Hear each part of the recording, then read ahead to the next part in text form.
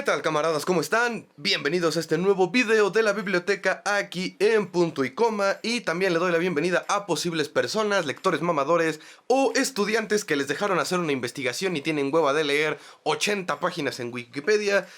Acomódense en sus asientos, relájense, prepárense, pues péguenle una suscribida al canal y todas esas cosas, porque el día de hoy vamos a hablar sobre el boom latinoamericano. Yo creo que es el movimiento literario más conocido, más hablado y más quemado en México y en general en todos los países latinoamericanos que hablamos español, e incluso en Brasil, donde hablan portugués, porque como su nombre lo dice, fue un movimiento que abarcó varios países de Latinoamérica.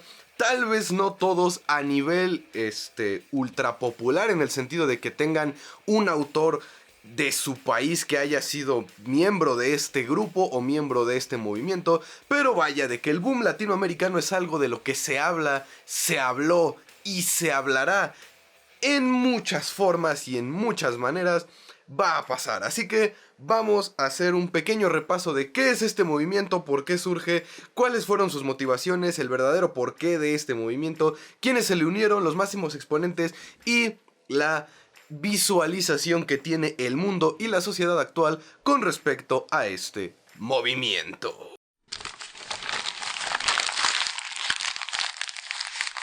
Eso sí, banda, me veo en la necesidad de hacer un disclaimer necesario, porque hay muchas personas que, pues, sobre todo en esta rama del estudio de la literatura, que se ponen cardíacas con personas como yo, así que voy a aclararlo. No, yo no tengo un título en literatura o en letras o en nada de eso. Yo estudié comunicación, mi titulación es de comunicación, pero siempre me ha gustado el mundo de la literatura. Estudié literatura en la secundaria, en la preparatoria, materias especializadas de literatura en la universidad y varios cursos por aparte de forma individual a lo largo de toda la pandemia sobre la literatura, la escritura creativa y la narrativa.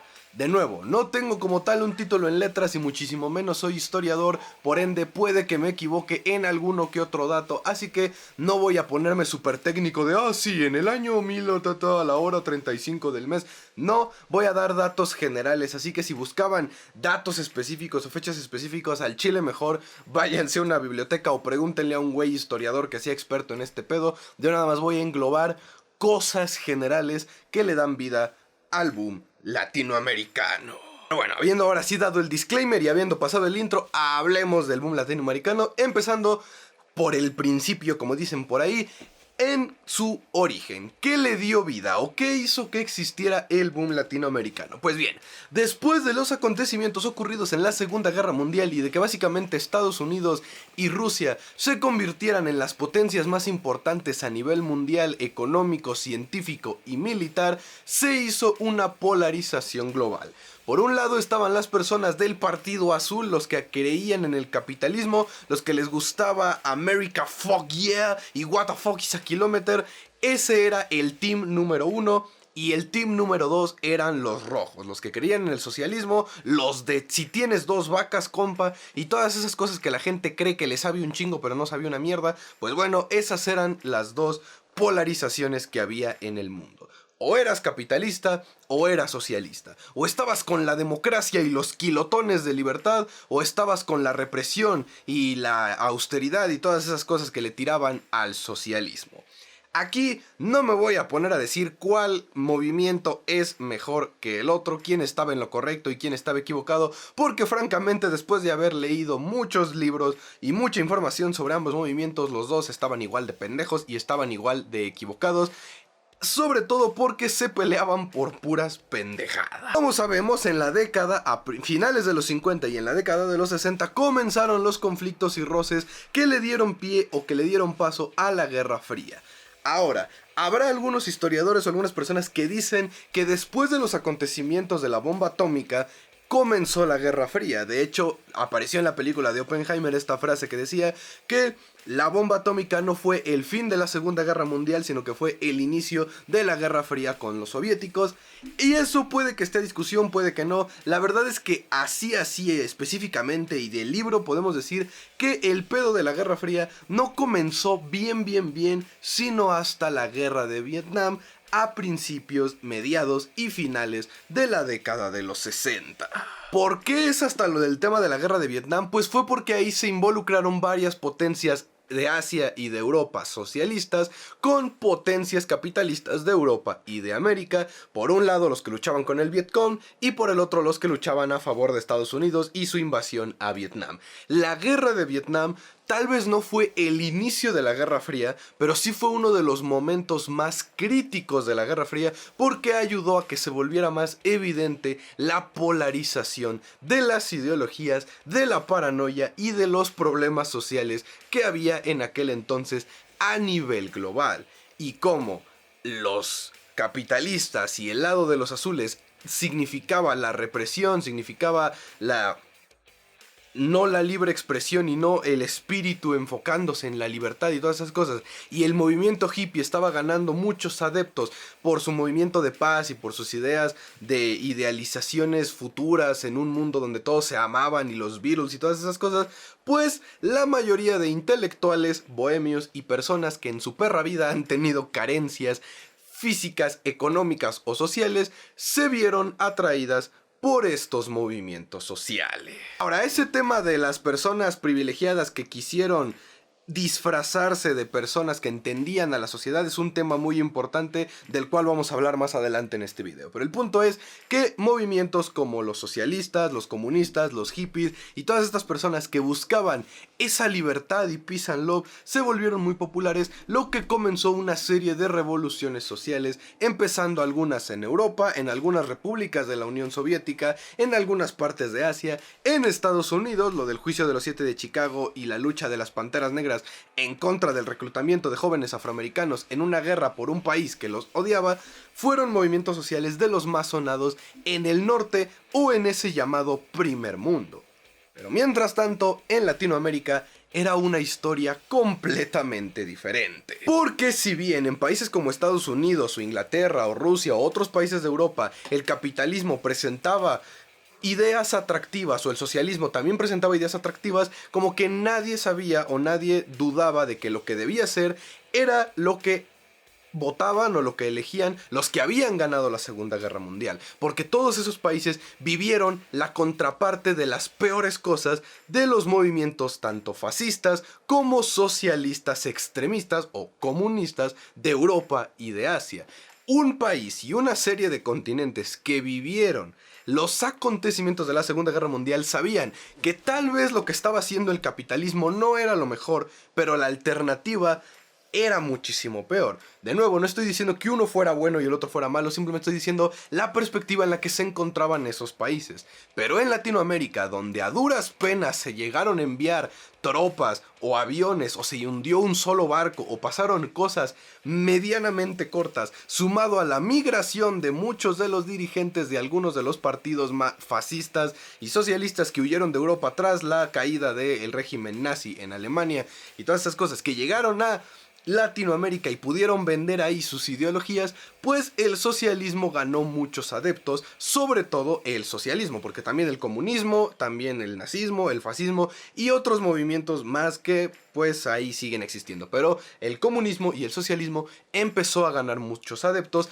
porque era una panacea que aliviaba las desigualdades que existían y existen en Latinoamérica, donde los ricos eran muy ricos y los pobres eran jodidamente pobres y no existía una clase media. Y llegan todas estas personas de afuera con ideas socialistas, con ideas de igualdad, con ideas de que el trabajo es lo que va a hacer que tengas dinero y tengas libertad y ya no vas a necesitar que haya jefes, ni haya dueños, ni haya millonarios, porque todos van a ser iguales ante el Estado, eran ideas bastante atractivas. El socialismo sedujo muy cabrón a Latinoamérica porque la contraparte que gobernaba, los liberales, los conservadores, los capitalistas, tenían muy jodidos a los jodidos.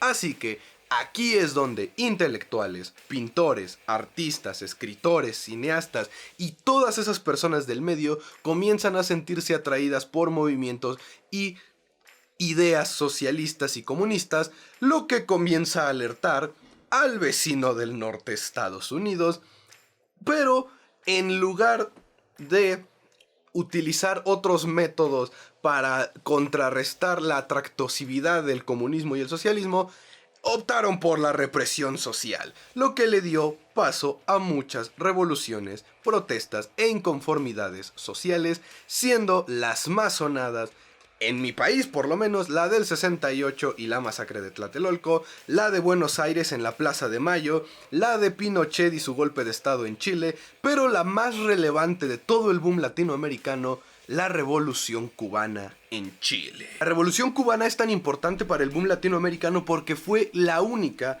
revolución que efectivamente logró instaurar un régimen socialista en un país latinoamericano. En Chile se intentó, pero fue cuando se dio el golpe de estado de Pinochet. En Argentina, en México, en Bolivia, en Colombia, en muchos, si no es que en todos los países de Latinoamérica, se intentó que el socialismo gobernara para que la sociedad pudiera haber un verdadero cambio, pero siempre o golpes de estado, o apoyos de Estados Unidos, o espionaje, o algo hacía que se terminara cambiando el régimen, lo que le dio paso a muchas dictaduras militares en América Latina, represión, sometimiento y una de las peores décadas en la historia de la humanidad, por lo menos en Latinoamérica, que le valió la vida a miles de personas, desaparecidos, prisioneros, políticos, muertes, torturas y un sinfín de atrocidades por culpa de la polarización del mundo. Y toda esa represión, todas esas ideas, todo ese seducimiento y todo este trasfondo que yo ya di, atrajo la atención de los escritores, que se alejaron de los mundos fantásticos, de la poesía, de la retórica y de hablar de cosas idílicas y empezaron a retratar en sus escritos la realidad a manera de novelas. Por eso pasamos a la segunda parte de este video, que es hablar qué caracterizó al boom latinoamericano, pues que eran novelas que hablaban de cosas que ocurrían en la vida real, pero disfrazadas como si se tratara de fantasía. Aquí es donde comienza a tomar forma el famosísimo realismo mágico, los usos narrativos de agarrar personajes de la vida real o situaciones de la vida real y cambiar nombres o tergiversar eventos en aras tanto de proteger al autor y decir no, esto solo es ficción, como también para pasar todos esos filtros y poder llegar a las personas. Y la gente comenzó a leer esas novelas que no hablaban de castillos y de dragones y de caballeros y de alcurnia y normas sociales, sino que hablaban de Pepe el del barrio, de Juan el que va al pueblo de su madre a salvar a su padre o a hablar con sus abuelos, de personas comunes y corrientes. La ciudadanía de a pie comenzó a darse cuenta que en ese mundo literario que estaba hecho para los intelectuales o los supercultos o los superricos, hablaban de ellos y no hablaban caricaturizándolos como lo venía haciendo el cine o como lo venía haciendo la literatura. Mostraban la realidad como era, comenzaron a sentirse identificados y la gente empezó a leer y empezó a utilizar esos libros para difundir y diseminar ideas revolucionarias o de cambio social. Fue un movimiento tan cabrón que hizo que muchas personas empezaran a leer y sentir el gusto por la lectura porque hablaba sobre ellos, pero de nuevo, no los ridiculizaba o no las caricaturizaba o no los ponía siempre en el papel de pobrecitas víctimas como lo hacían algunas películas, algunos escritos previos al boom latinoamericano, sino que mostraban la realidad como era, a veces contando historias que terminaban en final feliz, a veces contando historias trágicas o a veces simplemente contando sus historias. Ese es el verdadero gancho del boom latinoamericano, que se trataba de novelas, pero era una revolución total a cómo se veían las novelas en aquel entonces. Antes las novelas eran o de temas de romance, o temas de misterio, o temas de fantasía, o temas que trataban cosas que no existían, o que si querían retratar una realidad, siempre la intercambiaban o la tergiversaban para que tuviera el famosísimo final feliz. En el boom latinoamericano ya no había fantasía en el sentido de que ya no era algo falso o algo que no podía pasar. Era algo real, retrataban una realidad y no siempre estaba el final feliz. Y la gente empezó a sentirse atraída por esas cuestiones. Esa, por lo menos banda, es la parte romántica, bonita y que te van a enseñar en las escuelas y en las academias sobre el boom latinoamericano. Pero la verdad es que Pasando a la tercera parte de este video, ahora sí tenemos que hablar de las verdaderas razones de también por qué se popularizó tanto el boom latinoamericano. Y es que, como dije, en Europa habían vivido ya dos guerras y una tercera si consideramos los desmadres entre Rusia y Estados Unidos, la crisis de los misiles y el miedo a la guerra nuclear, sumado a lo de Vietnam. O sea, Europa, Asia, Norteamérica, sin contar a México, ya sabían lo que era un conflicto bélico cabrón. O sea, ya sabían que existían personas que con presionar un botón podían desaparecer países del mapa. El miedo no era una idea o una suposición, era algo real. Que nos duela o no en Latinoamérica, jamás vamos a entender porque no vamos a llegar nunca a ese nivel. Ya sea por motivos de control y la orden mundial y lo que quieran, pero en Latinoamérica no hay esa conciencia de, güey, las ideas pueden llevar a que millones de personas mueran. No digo que no haya habido masacres, no digo que no haya crímenes o cosas horribles, pero la idea, el temor, ¿cómo se le dice? La memoria genética del temor a una guerra mundial nunca ha estado ni estará en la conciencia del latinoamericano, porque por motivos políticos o de dominio, o lo que quieran, pero por motivos ajenos a la sociedad latinoamericana, nunca se ha llegado a un conflicto bélico de la magnitud que se ha llegado a ver en el norte, en los países, en las grandes potencias. Ese temor, ese miedo a otra guerra mundial que existe y que es latente, es lo que ha hecho que siguen habiendo conflictos y siguen habiendo guerras, pero ya no han escalado a tal nivel porque saben que si escala a ese nivel va a ser un desmadre. ¿Y por qué digo todo esto que parece que no tiene nada que ver con el boom latinoamericano? Pues porque hay una costumbre que se ha hecho más evidente hoy en día por las redes sociales, y hay una forma de que los países del norte ven a los países del tercer mundo como si se tratara de un espectáculo, como si se tratara de una obra, como si se tratara de un zoológico para ver, oh, mira estas cosas que pasan en estos países, wow, no lo entienden. Así como nosotros no podemos entender esa conciencia de la guerra, ellos no pueden entender la conciencia de la impresionante desigualdad que se vive en países latinoamericanos.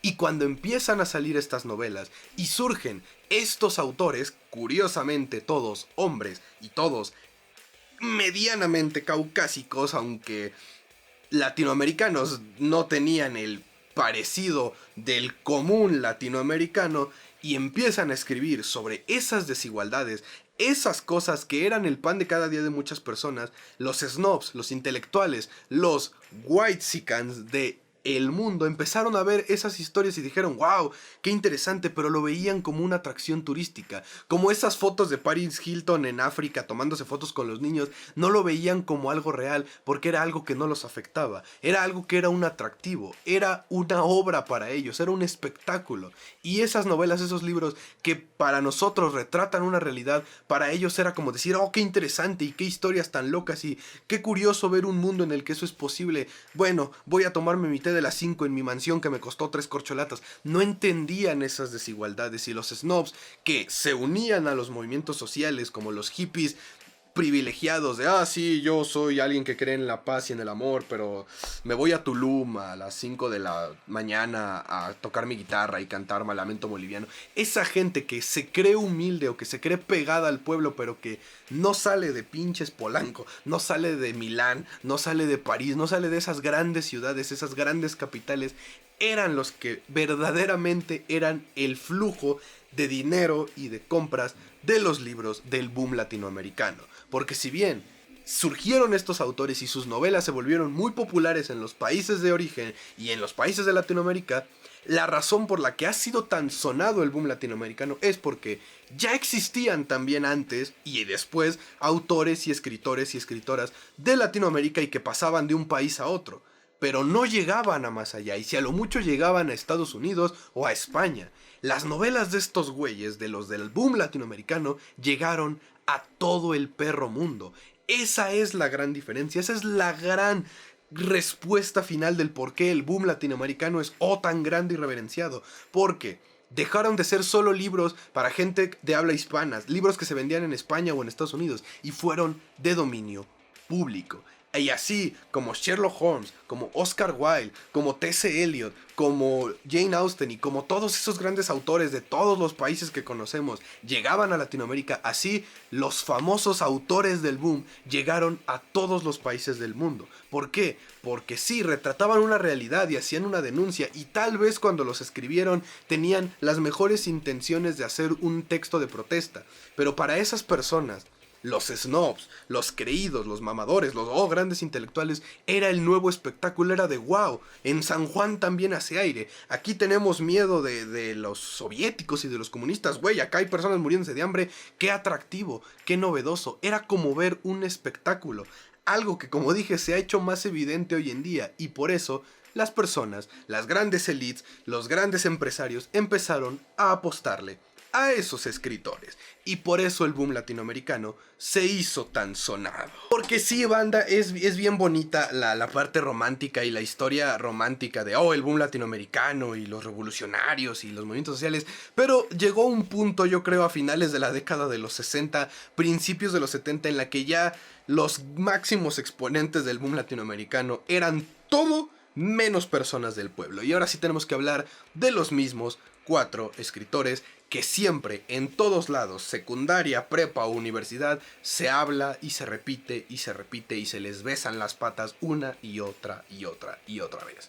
Cortázar, Vargas Llosa, Carlos Fuentes y García Márquez. Estos son los Avengers del boom latinoamericano para tu profesor o tu compa lector mamador, porque sí, fueron los máximos exponentes, pero hay 2 historias para estudiarlos. La romántica, que habla de que es que tenían tanto que decir y entendieron tanto a la sociedad de sus países, y la otra, que es que simplemente eran hombres en una sociedad de los años 60, 70, no parecían como el 90% de la población de sus países, tampoco eran atractivos, pero pues no parecían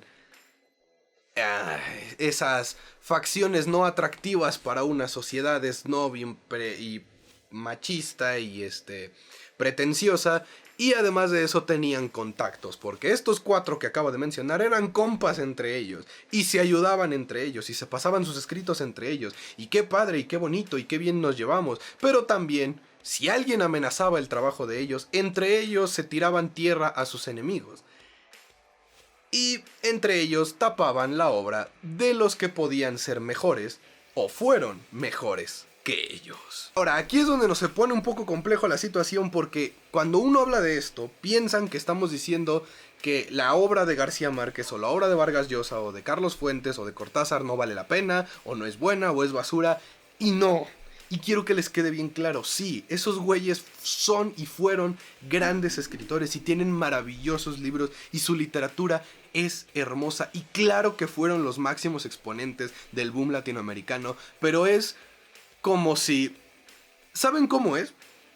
Es como ese meme o esa escena de Padre de Familia donde están compitiendo en una carrera de 100 metros y el referee primero dice gente blanca salga, luego disparan la pistola y el resto de los demás, y es una persona afroamericana, una persona de India y, o sea, etnias vulneradas por la sociedad. Pues más o menos eso le pasó a estos 4 güeyes. ¿Por qué fueron tan famosos y por qué vendieron tanto? Sí, tenían calidad y eran grandes escritores y sus libros son maravillosos, pero también hay que sacarse la cabeza del culo y entender que fue porque eran hombres, porque los 4 maravillosamente eran heterosexuales en una sociedad.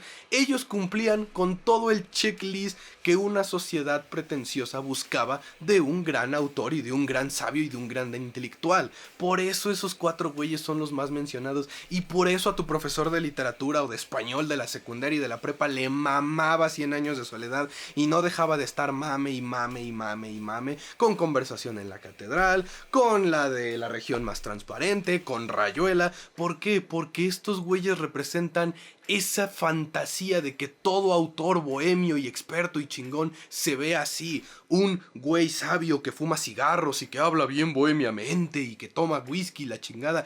Entran en el estereotipo, en el arquetipo de lo que un autor debería ser.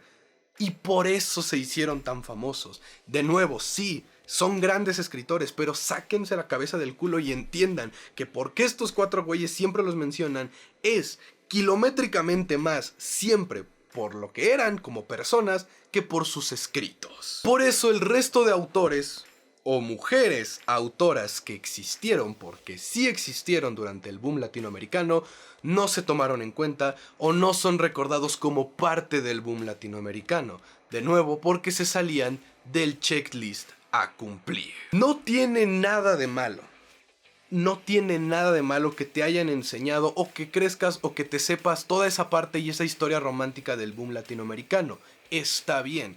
Lo que ya no está bien es que creas y sigas creyendo y defiendas a morir que solo existe esa perspectiva de la historia, cuando en realidad hay un desmadre completamente aparte. Y aquí quise omitir muchas de las cuestiones que se cometieron en el boom latinoamericano, sobre todo la exclusión casi sistemática de mujeres escritoras, que las hubo. Siendo las dos más mencionadas, por lo menos porque son de mi país, Rosario Castellanos y Elena Garro. La historia de Elena Garro es interesantísima y de Rosario Castellanos igual, y yo creo que se merecen su propio video, pero hubo más mujeres en el boom latinoamericano. Mujeres como Mercedes Barcha, esposa de García Márquez, que sin ella García Márquez no publicaba ni un pinche menú de periódico, así se las puedo poner, que estuvieron ahí a pie de cañón, protegiendo, cuidando a sus familias, y que además de eso tenían el tiempo para escribir y para medio saber dónde publicar o reunirse o buscar fondos para que sus escritos mínimo llegaran a revistas pedorras literarias, mientras estos güeyes le jugaban a la mamada de no, yo necesito leer, escribir 8 horas al día en una oficina con música tántrica de los montes Yaqui, porque si no, no me concentro. Y estas morras tenían que hacer todo, o sea, hay muchas cosas que se ocultaron del boom latinoamericano. Al final, ya para terminar con el video, que fue bastante largo, yo lo sé, pero había mucho que decir.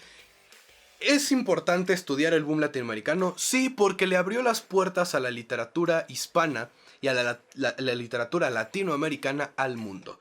Y fue y marcó un antes y un después para los futuros escritores, escritoras y periodistas que nacían en Latinoamérica. Y Latinoamérica, por lo menos a nivel literario, dejó de ser vista como país de campesinos, país de gente no desarrollada, país de chozas y chile y tacos. Sigue existiendo el prejuicio, sí, pero por lo menos el mundo, por un breve periodo de tiempo que fueron las 2 décadas que duró el boom latinoamericano, se dio cuenta de que había grandes pensadores, había grandes intelectuales y había pasión literaria en Latinoamérica. Pero también fue un movimiento velado mucho por intereses políticos, por intereses de una sociedad que siempre ha sido patriarcal, machista, encubridora y que busca que el checklist sea más que la calidad literaria, la calidad de la apariencia de las personas. Algo real.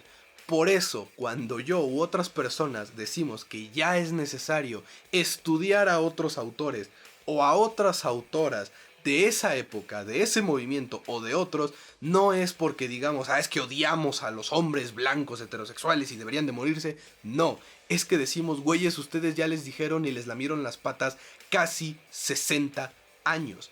Ya basta. Todo lo que tú creas que me puedes decir, todo lo que tú creas que puedas interpretar o entender de las grandes novelas, o el mensaje que tú creas que me perdí o que no entendí, güey, créeme que me lo han repetido las mismas personas con las mismas actitudes y las mismas prepotencias una y otra vez. Sí, ya sé que Rayuela es un experimento literario ultra chingón y que solo los más chingones lo entienden, y Pedro Páramo es una joya de la literatura.